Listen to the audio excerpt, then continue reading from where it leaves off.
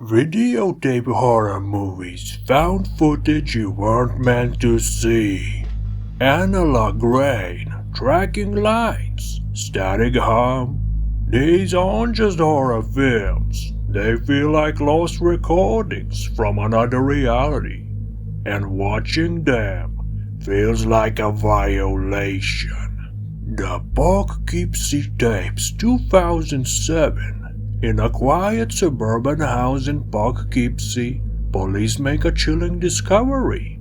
A hidden room filled wall to wall with over 800 videotapes. Each tape reveals a deeply disturbing archive of torture, manipulation, and psychological destruction, recorded by an anonymous serial killer over a decade. The Poughkeepsie Tapes isn't just a horror movie. It's a fake documentary so convincing it often gets confused for real.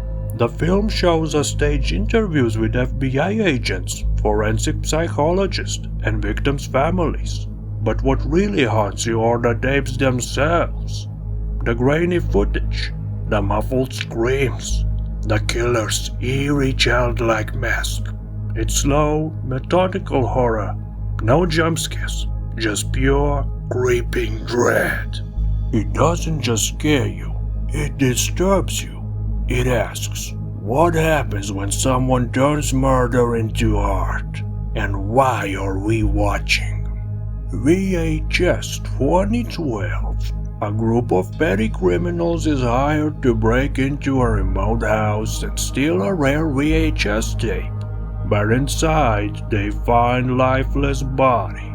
Then shelves on unmarked tapes. They start watching, one by one, and each tape is more horrifying than the last. VHS is not just one movie, it's an anthology of chaos. Found footage short-stitched together by a framed story of escalating madness. Each tape tells a standalone nightmare. There's Amateur Night, where a night out ends in supernatural seduction and gore.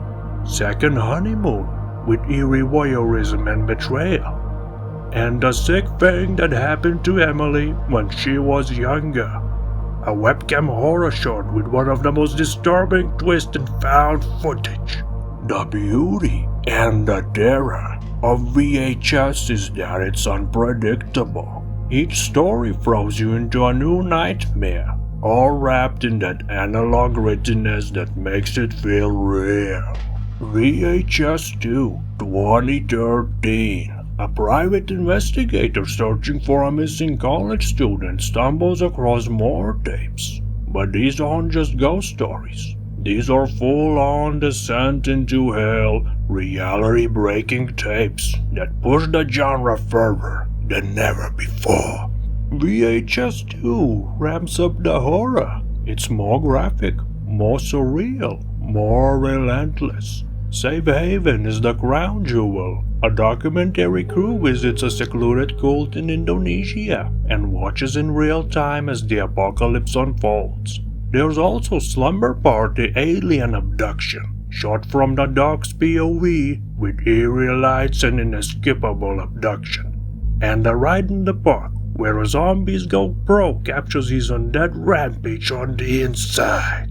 This sequel proves that analog horror can still evolve, bringing cosmic horror, body horror, and apocalyptic dread into the mix, all through the lens of cursed tapes.